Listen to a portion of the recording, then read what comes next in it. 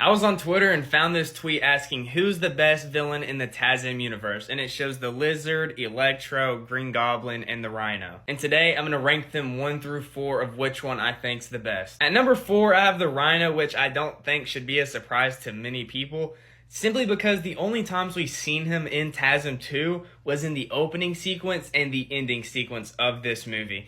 And I mean, that's just not enough to really get a great analyzation of this character, which simply puts him at the last place. And to follow up number 4, at number 3, I have the Green Goblin, which really sucks to say because, I mean, Green Goblin is supposed to be Spider-Man's most iconic villain, and they did his character so wrong in this movie. We literally get to see 0% of Harry in TASM 1, and then they force it upon us in the second one to really just give Gwen that death sequence, and that's really what it feels like. Which in my eyes feels so forced, considering we could have just gotten him in the second one, right? Slowly but surely build him up. So for in the third movie, he actually becomes the villain and completely becomes his fully fledged form.